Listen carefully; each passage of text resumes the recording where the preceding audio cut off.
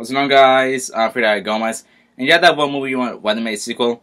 I'm Franky Gomez, and this movie is Darkcried sequels.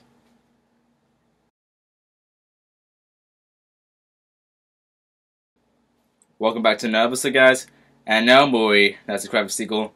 It's a ABC family movie called Home Alone: The Holiday Heist.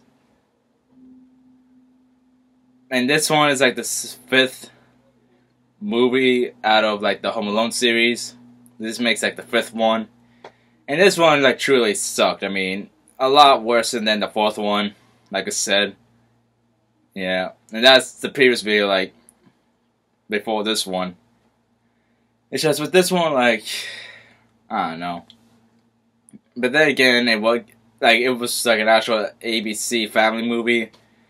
It's just this one, like, okay, so the kid, like, I think has a different name too. He has a sibling, older sister, a band of crooks, you know, trying to steal something from his house that he doesn't know of. No, that this is like mother, I think. It's just the Home Alone's known for its like, you know, traps. Like, it's just this one like barely had any traps that were like, you know, original and like, you know, out of the blue like crazy. Like with the first Home Alone, the second one with the original kid like Kevin McAllister, that's the character's name, and with the third one like started like the whole group of crooks. Like instead of two, like with the first two Home Alone movies, it's the same like two like crooks. With the third one, like four of them. It's just like the first three were a lot better, but I think when it got to like the 2000, because that's when like the fourth and the fifth one were made. Like it's just the traps, like they were just too simple, not original, not crazy. But I guess you could do a lot more back in the 90s and 80s. Like, Home Alone's basically like about like a child that's like home alone by himself, gets left behind by accident or, you know, to watch the house.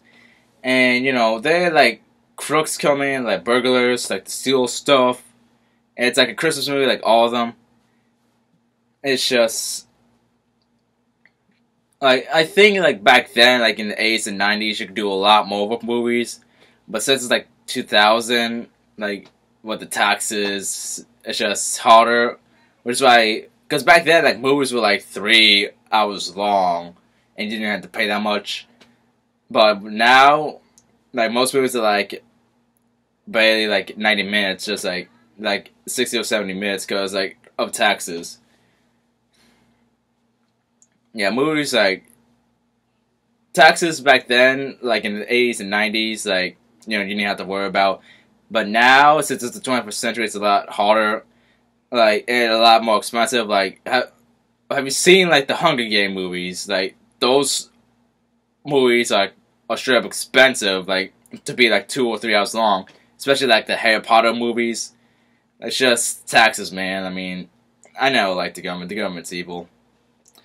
But it's gonna get a lot worse if Trump becomes president. I mean, that dude will, like, deport, like, Spanish people. Like, even if you're born on, like, U.S. soil, and you, like, you know, like, if you're born on this land, Trump will, like, deport you. I mean, that's messed up. Like, especially if you're, if you're not born on U.S. soil or not, like, if you're, like, Spanish, like, he would deport your ass. I mean, that's messed up.